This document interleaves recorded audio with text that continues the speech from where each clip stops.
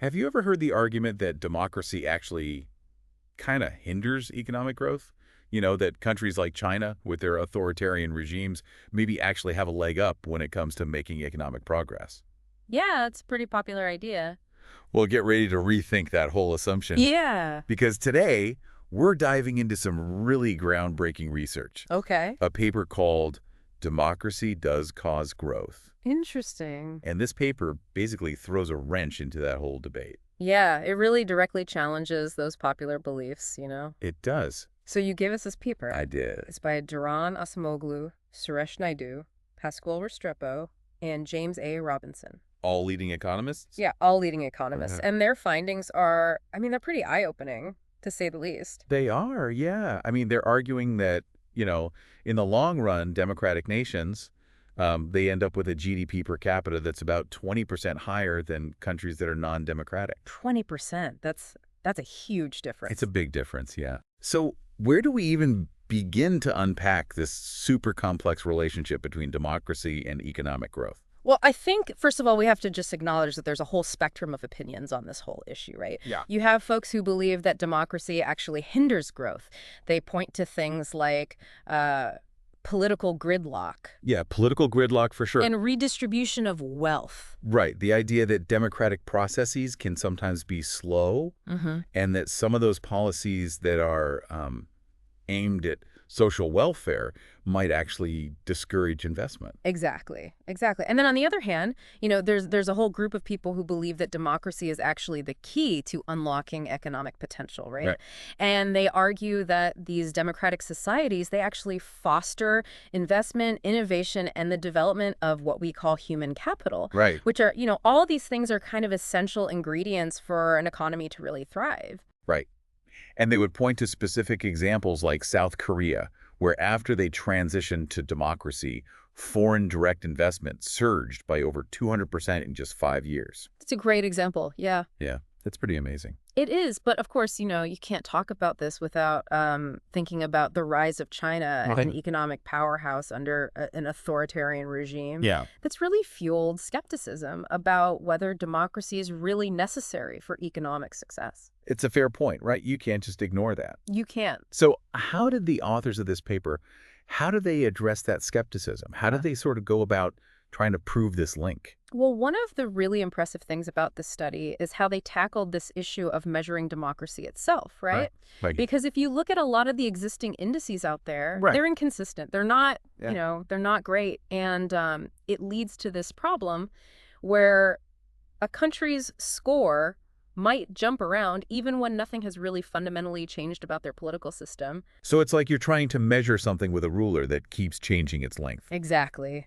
Exactly. So to get around that, they actually took this multi-source approach, right? Okay. They combined data from several established indices like Freedom House and Polity 4. Right. And importantly, they only considered a country democratic when multiple sources agreed on that point, Oh, okay. which makes a lot of sense. Yeah, it's a much more You know, robust measure. yeah, much more reliable, Yeah. much more robust measurement. Yeah. That's a really smart way to create um like a much more consistent picture, I guess, It is, yeah. of democracy across different countries. Mm-hmm. But how did they then connect that to economic growth? Right. Well, they found this really fascinating pattern. Okay. They call it the pre-democracy dip. Pre-democracy diff. Yeah, and If- basically it's this thing where countries often experience a temporary economic downturn Oh, interesting. just before they transition to a democracy. So things get a little worse before they get better. It seems like it, yeah. Okay. But the researchers were really smart about this. They were very careful to account for this dip to make sure they were really capturing the true long-term impact of democracy Yeah. on GDP, not just these kind of short-term fluctuations. They factored that into Yeah. their analysis. Uh-huh. What other steps did they take to make sure they were really isolating the impact of democracy? Well, they used a bunch of really powerful statistical techniques to control for all those other factors that might influence a country's economic growth, right? Mhm. Things like geography, Yeah. a country's natural resources, global economic trends, and all that stuff. Sure.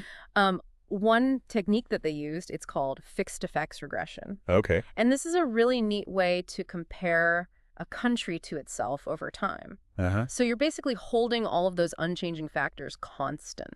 So it's kind of like if you're looking at how a plant grows after you change the amount of light it gets, Yeah. but you're keeping the soil and the water and all the other variables the same. That's a great analogy, yeah. Okay, great. They also use something called the generalized method of moments. And this helps address this possibility that maybe economic growth is actually the thing influencing the transition to democracy. Oh, so it's not just a one-way street, it's more of a chicken and egg thing. Exactly, yeah. So, And these techniques are really great because they allow researchers to kind of untangle all those complex relationships, and figure out if democracy is really the thing that's causing the growth right, or if there are other factors at play. got it. Yeah. So what did they find after applying all these rigorous statistical methods? Well, the results were, they were really compelling. Okay. There was a strong positive correlation between democracy and GDP growth that kind of merged across all of their analyses. Right. This wasn't just like a fluke or something. Right. This was consistent across all their different statistical approaches, Right. which lends a lot of weight to their conclusions, right? Okay, so they've established this link, but how do they actually go beyond just the numbers? Right. How do they actually look for real-world evidence of this connection? Yeah, so that's where it gets even more interesting. Okay. They actually use this thing called democratization waves. Democratization waves. Yeah. Basically, it's these periods in history where you see these democratic transitions happening in one country, Oh. and then that seems to inspire similar transitions in neighboring countries. So it's like a domino effect It's kind of like that. of democracy spreading across regions. Exactly, yeah. So they use these naturally occurring waves, right, Oh. as a kind of natural experiment to test their findings even further. Oh, cool. And you know what?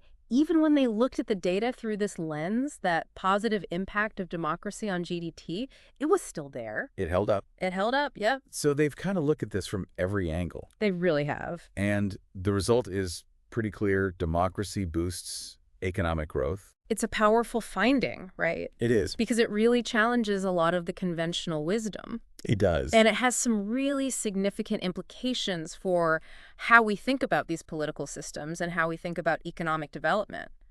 Yeah, I mean, we've only really scratched the surface here. Yeah. We've talked about what they found, Uh-huh. but I'm really interested to hear more about the why. Yeah. What are the actual mechanisms by which democracy leads to this boost? That's a great question, and that's actually exactly what we're going to explore in the next part of our deep dive. I can't wait. Stay tuned, I'm out. because we're going to unpack all those fascinating ways that democracy actually shapes a country's economic landscape. Awesome. Welcome back. I'm still thinking about that last segment. Yeah, me too. So fascinating It really is. to think about how we measure democracy. It really highlights the importance of having, like solid methodology when you're trying to tackle such a complex issue. Yeah, totally. It's like laying a really strong foundation. Before you build a skyscraper, totally essential for stability and accuracy. Exactly. But, okay, let's kind of shift gears a little bit. Okay. We've now established this pretty strong link between democracy and economic growth. Oh. But I really want to talk about the why. Yeah, I'm really eager to dive into that. absolutely. How does it actually work? Yeah, so the researchers, they explore several potential mechanisms, right? Okay. That might explain, how democracy influences economic prosperity. Right. One of the key factors that they point to is that democracies tend to attract more investment. Yeah, that makes sense. Right. I mean, I would feel a lot more confident putting my money in a country with stable, predictable institutions Right. and a really transparent legal system. Exactly. Investors, when they see a democratic system that has these checks and balances, Uh-huh. they're more likely to believe that their investments are actually going to be protected, right? Right. Think about property rights, for example. Yeah. Democracies, they tend to have these really strong legal frameworks Right. that protect those rights, right? Yeah, no one wants to invest in a country where, like, their factory could just get seized Right, exactly. or their profits siphoned off through corruption. Right, and that's another thing that the research found, right? Right. Is that democracies tend to have less corruption, which is Which makes sense. huge, in terms of investor confidence. Yeah. So it's not just about having the laws. It's actually about having a system that enforces the laws. Yeah. fairly and consistently. Exactly. That's a really, really crucial point. And this kind of brings us to another interesting finding from the research, Okay. which is that democracies seem to be much more open to these economic reforms, Interesting. even when those reforms face, political challenges. So they're willing to make tough decisions, even if they're not popular. It seems that way, It'll yeah. benefit them in the long run. Right, because think about it. In a democracy, leaders are accountable to their citizens, right? Right. So if they fail to actually deliver on, economic progress, Right. they risk being voted out of office. Yeah, it's a very powerful incentive It is. to implement good economic policy. Exactly. So it creates this really interesting dynamic where leaders, they're more likely to prioritize those policies that are going to lead to sustainable growth Right. rather than just those quick fixes that might get them, reelected. Yeah, it makes you think long term. It does, yeah. And this all kind of ties back to that stability and predictability that we were talking about. Investors and businesses, they really thrive in environments where they can plan for the future. Absolutely, yeah. And speaking of planning for the future, Okay. the researchers also found this really strong connection between democracy and investment in human capital, Right. especially education. Yeah. I mean, we know that education is crucial for Yeah. economic development. It's like the cornerstone, right? But what are they actually doing differently in this area? Well, democracies tend to prioritize public education, Okay. right? They want to make it accessible to as many people as possible. Right. And they'll often invest heavily in teacher training, curriculum development, things like infrastructure. Right. So it's not just about getting kids into the classroom. Yeah. It's about making sure they have a good education. Exactly. Yeah. They want to make sure that those kids are actually getting a quality education that's going to, equip them to participate in the economy, right? Right. To contribute. Exactly. Okay. So that makes sense. And that has these ripple effects, right? Right. Throughout the society, because a more educated workforce is going to be more productive. It's going to be more innovative, more adaptable to changing economic conditions. It's a long-term investment It really is, yeah. that pays off in so many ways. So many ways. Okay. So we've got investment, economic reforms, education. Are there any other mechanisms at play here? Yeah. Are there any other big ones? Yeah, so they also found a link between democracy and improved health outcomes. That makes sense. Right. Because a healthier population is more productive. For sure, for sure. And democracies often have better healthcare systems, Right. which leads to longer life expectancy, Uh-huh. lower infant mortality rates, Right. Just a generally healthier workforce. It's all starting to connect here. It really You have a healthier population, a more educated population, Right. living in a stable environment Yeah. where property rights are protected. Right. Businesses can thrive. Yeah. No wonder these countries are experiencing more growth. Right. It's amazing. It's like this virtuous cycle where, democracies reinforcing economic prosperity and vice versa. It really is. Yeah. This is all so fascinating, but I have to admit, part of me is still wondering about those counter-arguments. Yeah. Right. What about those countries that have seen really rapid growth under authoritarian regimes? It's a great question. How do they explain that? Well, I mean, they acknowledge, that democracy isn't like this guaranteed path to success, right? Right. There are always other factors in play. Yeah, of course. And, every country's experience is unique. So it's not like a magic bullet. Right. But it does seem to significantly increase the odds It seems to. of having that economic growth. Yeah, I think that's a good way to put it.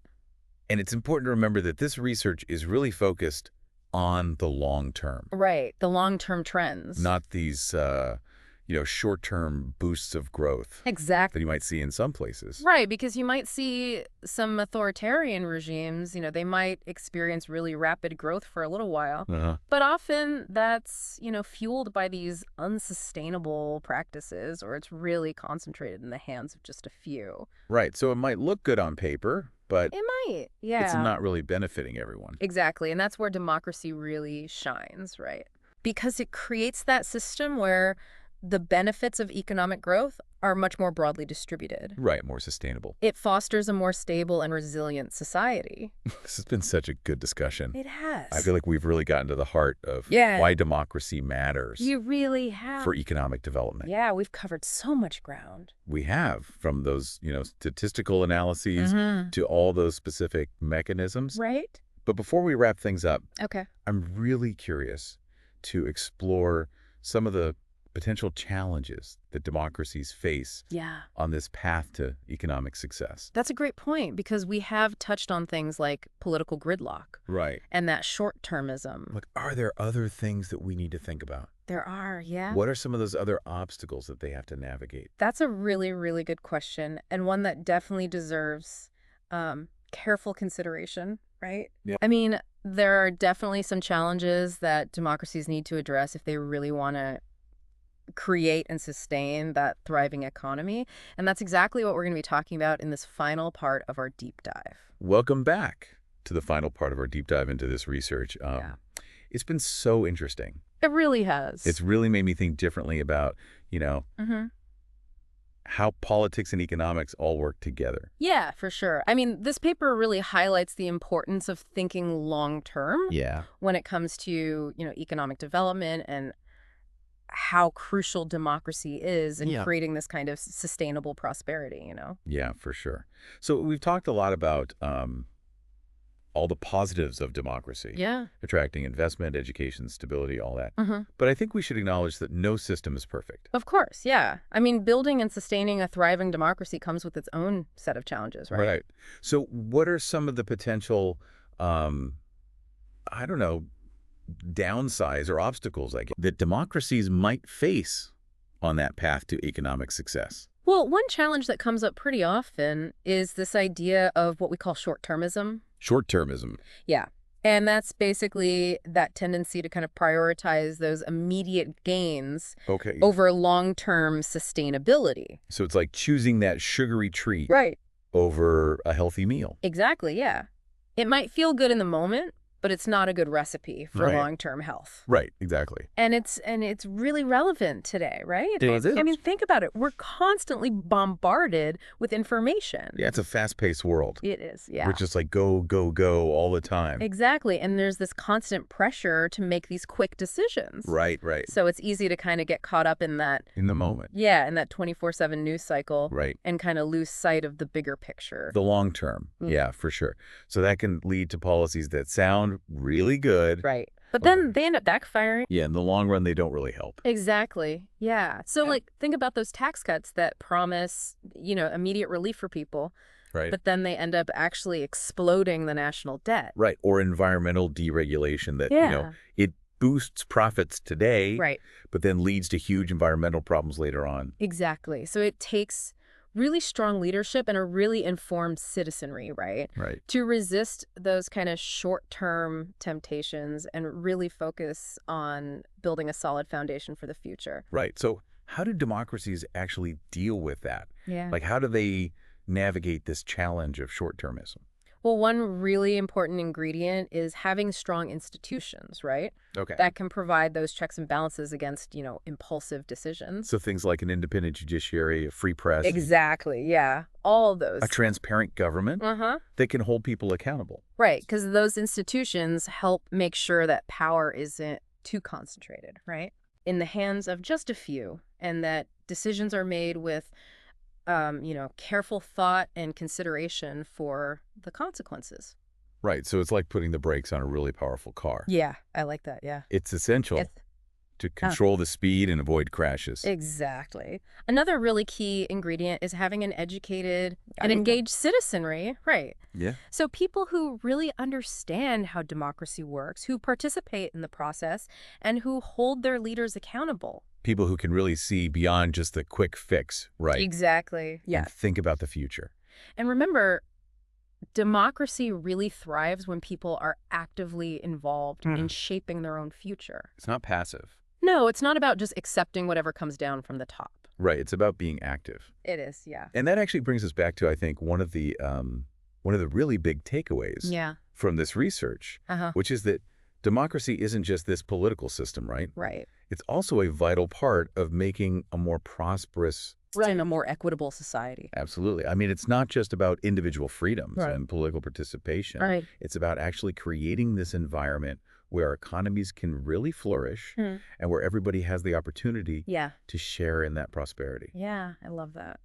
Yeah, and I think as we kind of wrap up this deep dive, I think that's a really important message, for people to take away. Yeah. It's a really good reminder that Yeah. democracy is a journey, It is. not a destination. It's something that you constantly have to work at. Yeah, it takes constant effort, vigilance, and a willingness to, you know, adapt as things change around us. Absolutely. But as this research has shown, the rewards are huge. They It's not just this nice-sounding ideal. No. It's actually a practical thing. Yeah, it's essential for building a world where everyone can thrive.